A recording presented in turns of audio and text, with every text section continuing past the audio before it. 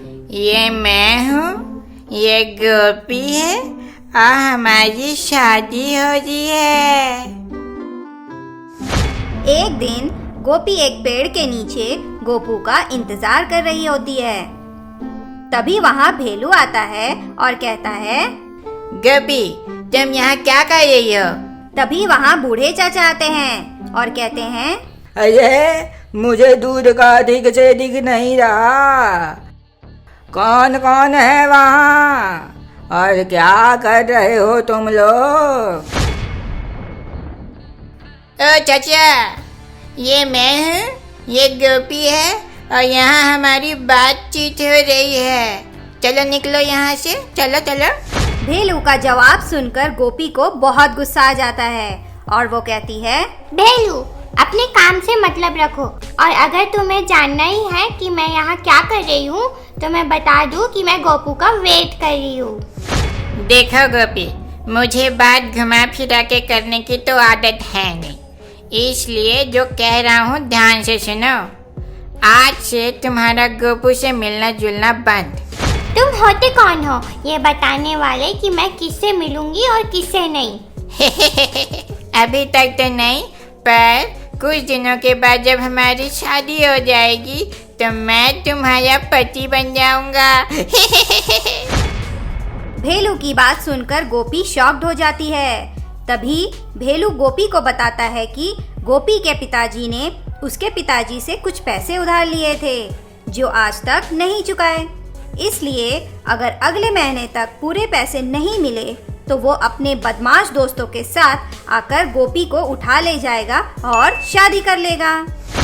Value तुम चिंता मत करो, मेरे पिताजी उधार के पैसे लौटा देंगे, और अगर ना लौटा पाए तो प्लीज तुम शादी के लिए मना कर देना। देखो गोपी, भेलू तो शादी करेगा ही, पर तुम एक अच्छी लड़की हो, इसलिए मैं तुम्हें एक ऑप्शन देता हूँ। वो क्या? अगर तुम चीकी को मुझसे शादी करने के लिए मनवा लो तो मैं तुमसे शादी के लिए ना कर दूंगा और अपने पिताजी से कहकर तुम्हारे पिताजी का उधार माफ करवा दूंगा। भेलू मैं इतनी स्वार्थी नहीं हूँ कि अपने फायदे के लिए किसी का नुकसान करा दूँ, और वैसे भी चीकी तुम्हें बिल्कुल भी पसंद नहीं करती। वाह जी वाह, ना मैं तुम्हारी पसंद हूँ ना चीकी की, पर तुम दोनों को गोपू जरूर पसंद है, क्यों है ना? तुम दोनों गोपू के लिए कितना भी लड़ लो, वो तो अभी शादी नहीं करेगा, और अगर वो शादी के लिए तैयार हो भी जाएगा तो किसी एक से ही तो शादी करेगा ना। तभी वहाँ फिर से बूढ़े चाचा आते हैं और कहते हैं, अरे मुझे दूर का दिख नहीं रहा। कौन कौन है वहाँ और क्या कर रहे हो तुम लोग? अरे ओ आदरणीय चाचा जी, ये मैं हूँ, ये गोपी है और यहाँ हमारी बातचीत और आगे बढ़ रही है। समझ आया? चलो निकलो अब यहाँ से और दोबारा दिखना भी मत। ऐसा कहकर भेलू वहाँ से चला जाता है। कुछ देर बाद वहाँ गोपू और चिकी आते हैं। गोपी दोनों को सारी बात बता देती है। अब चिकी का गुस्सा 7वें आसमान पर होता है। अब तीनों जाकर सारी बात सरपंच चाचा जी को बता देते हैं। तुम लोगों ने बात मुझे बताकर बहुत अच्छा काम किया है। अब तुम लोग चिंता मत करो, मैं भेलू के पिताजी से बात करके पैसे चुकाने के लिए कुछ और दिन मांग लूँगा। अब तुम लोग घर चले जाओ। जैसे ही ये बात भेलू को पता चलती है वो आग बबूला हो जाता है और अपने कुछ दोस्तों के साथ गोपी, गोपू और चिकी के सामने खड़ा हो जाता है। रुको, तुम तीनों की वजह से ही गांव में सभी को लगता है कि मैं बहुत बुरा लड़का हूँ।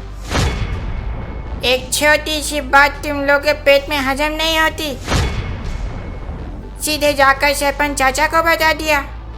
अब उनके सामने भी मैं एक बुरा लड़का बन गया हूँ और इन सब के जिम्मेदार सिर्फ तुम तीनों ही हो। और मुझे पता है कि तुम तीनों को इसकी क्या सजा देनी है। अब भेलू डंडे से गोपू के सर में जोरदार वार करता है, जिसकी वजह से वो वहीं बेहोश हो जाता है। तभी चिकी गोपी की तरफ देखने लगती है, पर गोपी आज भेलू से लड़ने के लिए आगे नहीं बढ़ती। ये देखकर चिकी शॉक्ड हो जाती है और कहती है, ओह गोपी मैडम, तुम किस चीज का वेट कर रही हो? कहीं तुमने भेलू को अपना पति तो नहीं मान लिया? अरे कुछ बोलो भी। कहाँ गई वो गोपी जो गोपू को बचाने के लिए किसी से भी लड़ जाती थी? चिकी, मेरे भी कुछ आदर्श और उसूल है। जब तक मेरे पिताजी भेलू के पिताजी का पैसा नहीं लौटा देते, तब तक उसे मारने के लिए मेरे हाथ नहीं उठेंगे। हे भगवान, तुम्हारे उसूल, तुम्हारे आदर्श। भेलू जानता था कि गोपी उस पर आज हाथ नहीं उठाएगी, इसलिए वो उसे हाथ पकड़कर खींचने लगता है। तभी चिकी भेलू को एक जोरदार मुक्का मारती है और कहती है, भेलू, शायद तुम भूल गए कि मैंने या मेरे घर वालों ने तुमसे कोई उधार नहीं लिए हैं। अब चिकी भेलू को मारने लगती है। चिकी, सॉरी चिकी, मुझे माफ कर दो। अब मैं ऐसी गलती नहीं करूँगा। प्लीज मुझे माफ कर दो। ओ नहीं, छोड़ो प्लीज। नहीं नहीं, जाओ, गोपी का हाथ पकड़ के दिखाओ, जाओ। ऐसा सोचना भी मत, हाथ तोड़ के उसका झाड़ू बना दूंगी।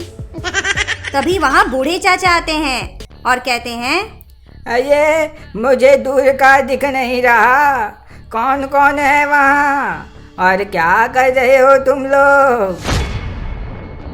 ओ चाचा जी, ये मैं हूँ, ये गोपी है और यहाँ भेलू की कुचाई हो रही है।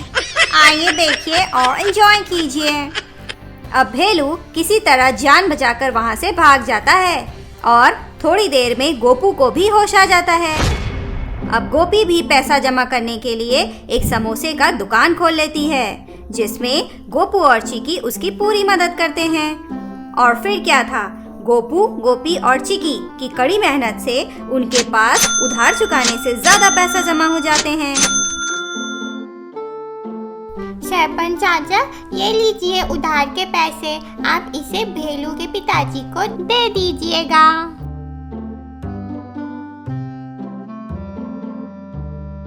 थैंक गॉड गोपी, फाइनली तुम्हारे हाथ उसूल और आदर्श से आजाद हो गए। उसूल और आदर्श मतलब?